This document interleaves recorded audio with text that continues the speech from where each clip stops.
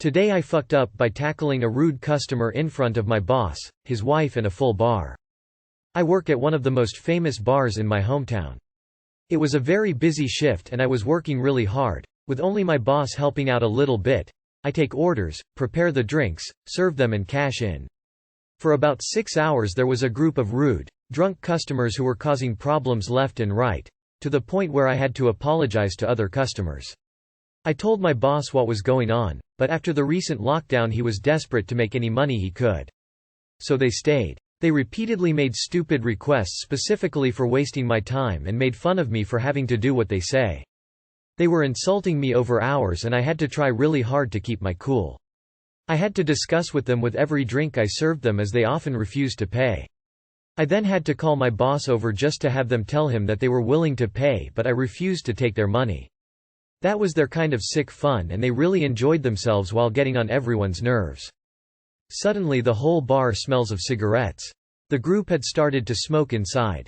My boss's wife told the guys that they have to smoke outside. They called her a stupid bitch but went outside. My boss still allowed them on our premises.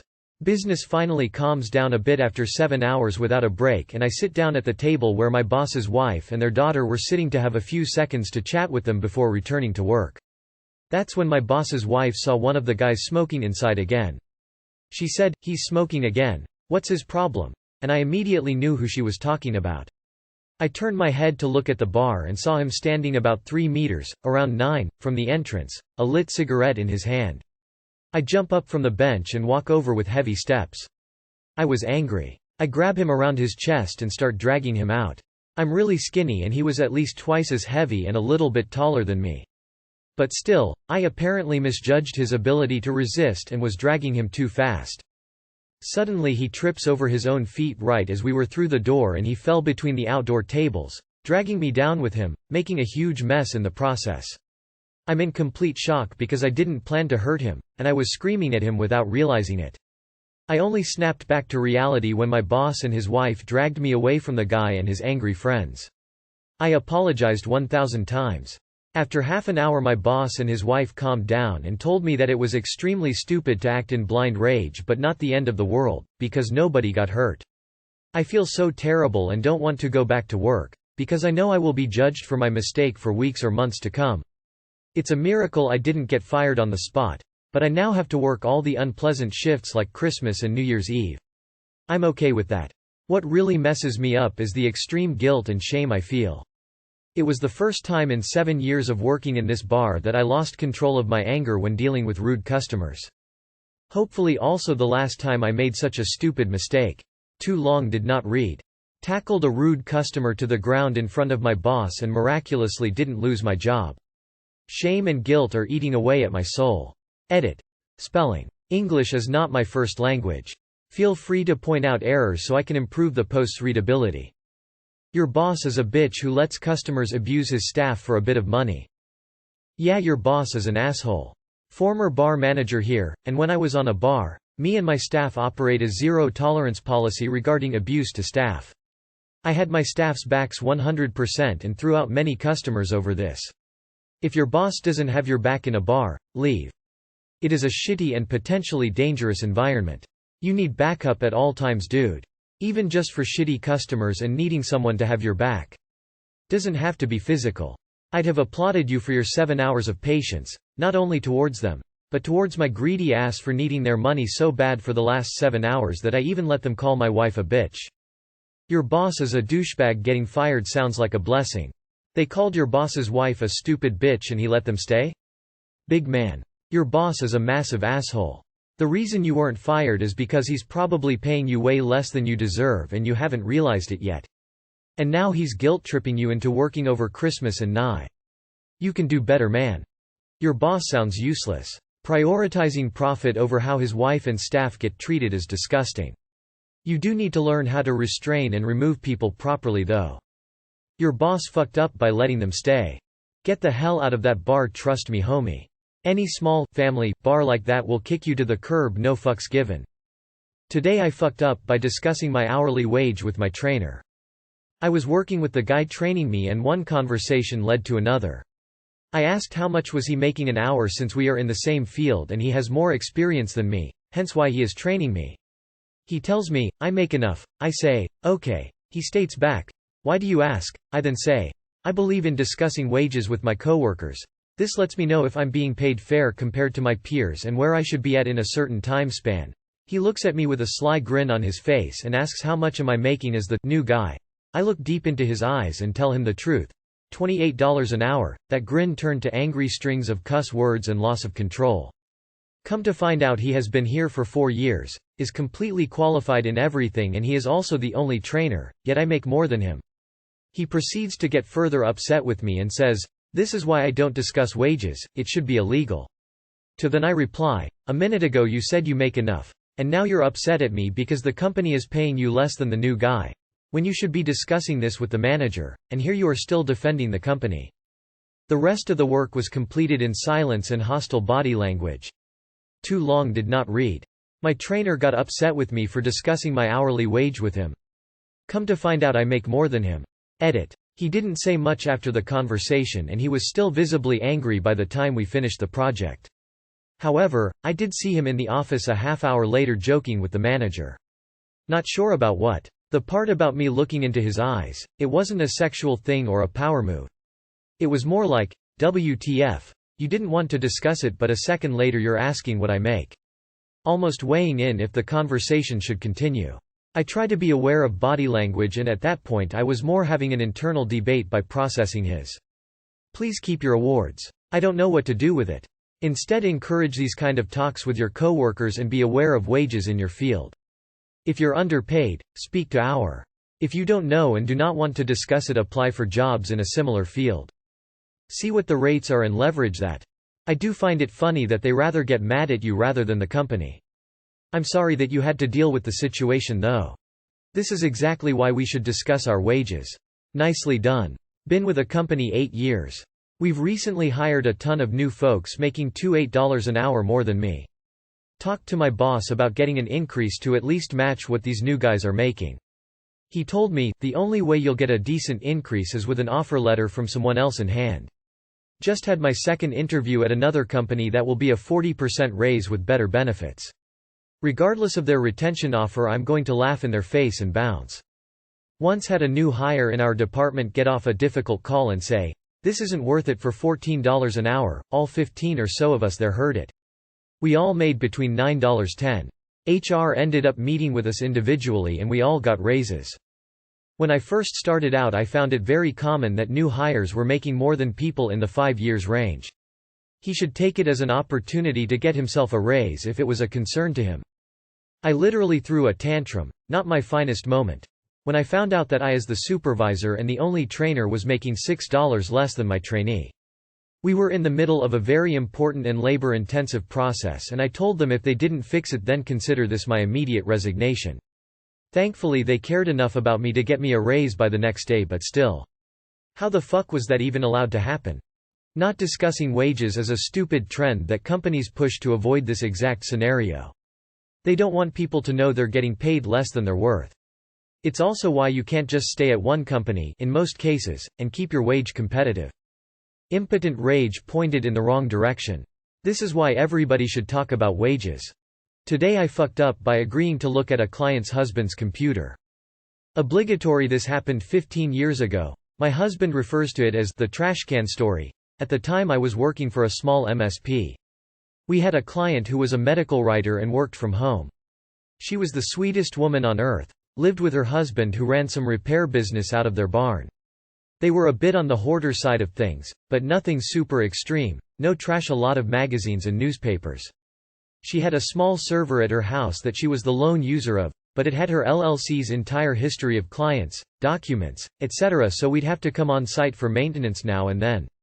She and her husband had an interesting relationship. They had been divorced, then remarried, then re-separated, still lived in the same house, still technically married, but separated. Slept in separate rooms, not sure how much talking they still did.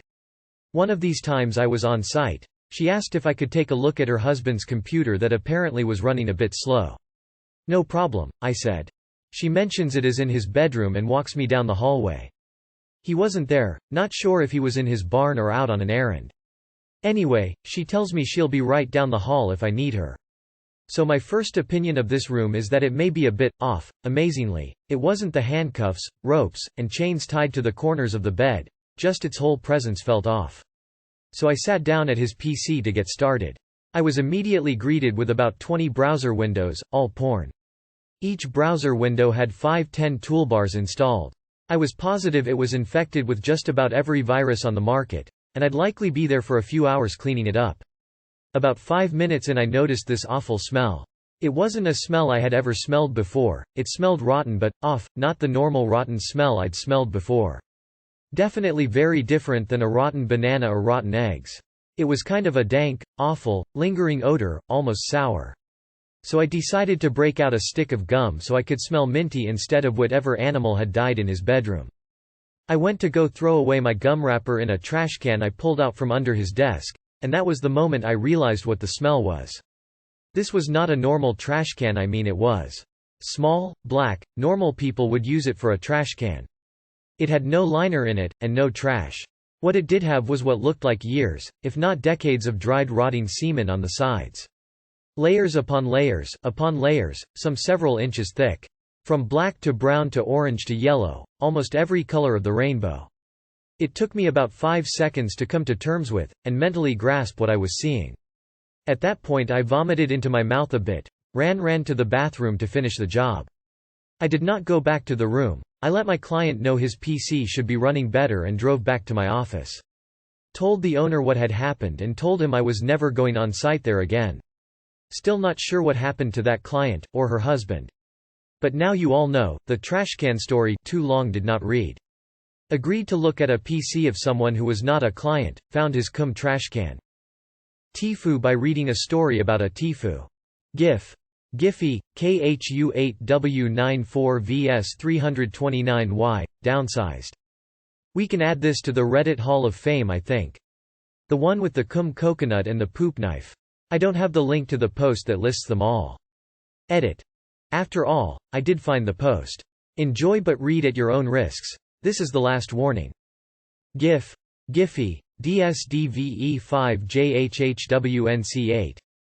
Imagine that's your dad and in his will, he leaves you his most prized possession. His cum bucket. When I was like 12, I had a similar idea.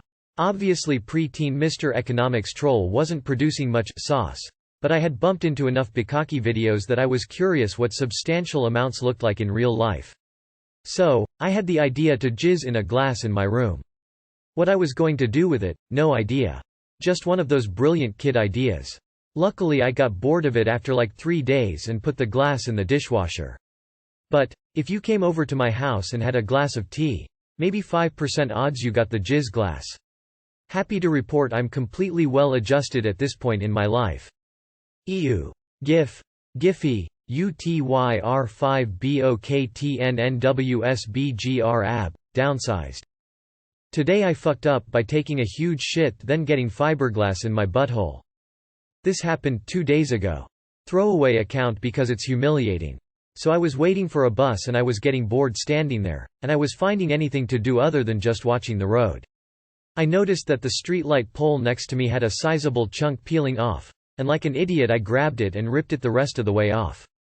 I was turning it over in my hands and looking at it when I started feeling sharp prickles whenever I moved my fingers. I immediately remembered that some streetlight poles are made of fiberglass and cursed myself for being so dumb. I headed down the street to the nearest bathroom, a Wendy's, to wash my hands off, and that's when I realized I had to take a massive shit, after being constipated for several days. And I had to go. Badly. I was shuffling down the sidewalk, clenching my cheeks to hold the volcano in while simultaneously trying to keep my hands as stiff as possible since every movement ignited horrible itching. I finally made it to the Wendy's and got to the women's room just in time. I didn't even think about washing my hands, I just headed straight for the toilet. After a horrible spray of seemingly endless diarrhea which I will not go into detail about, I was done. I cleaned up the crime zone and while I was wiping, I suddenly remembered that there was still fiberglass on my hands. Shit. I was too late. The thin toilet paper had offered no protection, and Satan's fiery needles of doom had already penetrated my poor asshole. I helplessly scratched at it with my hand wrapped in toilet paper, but nothing could help me now. I gave up and left the stall, then washed my hands. It helped a bit with the itching in my fingers, but I didn't want some poor person to walk in only to discover me wiping my ass with a wet paper towel. I stood uncomfortably at the bus stop and caught the next bus, begging for it to hurry up so I could get home and shower. After 40 minutes of pure unfiltered suffering, I made it back to my apartment. I hopped in the shower and scrubbed at my burning ass, but nothing seemed to help. I mustered up as much courage as I could before plunging a single finger into my butthole to dig around and try and rinse it out. Big mistake. It felt somewhat better afterward, but my butthole is now weirdly stretched, and whenever I fart it comes out extremely loud and echoey. At least the itching has mostly subsided. I never expected that peeling a piece of material off of a streetlight pole would lead to that series of events, but I guess some things just can't be avoided when you're bored. Too long did not read. Ripped a piece off of a fiberglass streetlight pole, took a massive shit in a Wendy's bathroom, transferred the fiberglass shards to my butthole, and stretched it out trying to wash it away in the shower. As a welder who uses fiberglass fire blankets often, I feel this on the deepest level. Pro tip. Use sticky tape to remove the fibers or use very cold water to rinse them away. Hot water opens your pores which allow the fibers to burrow in them, making it so much worse. How girthy are your fingers? Ha ha ha. After a horrible spray of seemingly endless diarrhea which I will not go into detail about. Pretty detailed detail. What lesson did we get from this post? 1. When bored, don't try to make the world a better place. 2. Keep your hands to yourself at all times. 3. Take a poo every day. Maybe after a hot cup of coffee in the morning. 4. Wash your hands before and after the said deed. You never know what these fingers have. Just a comment to make humor. Please don't mind op. GIF. Giphy, 83QTFWKWDMSEO.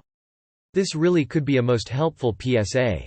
Well, at least your farts are funnier than usual. That's a pretty shitty situation, and also pretty hilarious. Hope your pink puckered winky gets better soon. That's why it always helps to have a towel when you leave the house.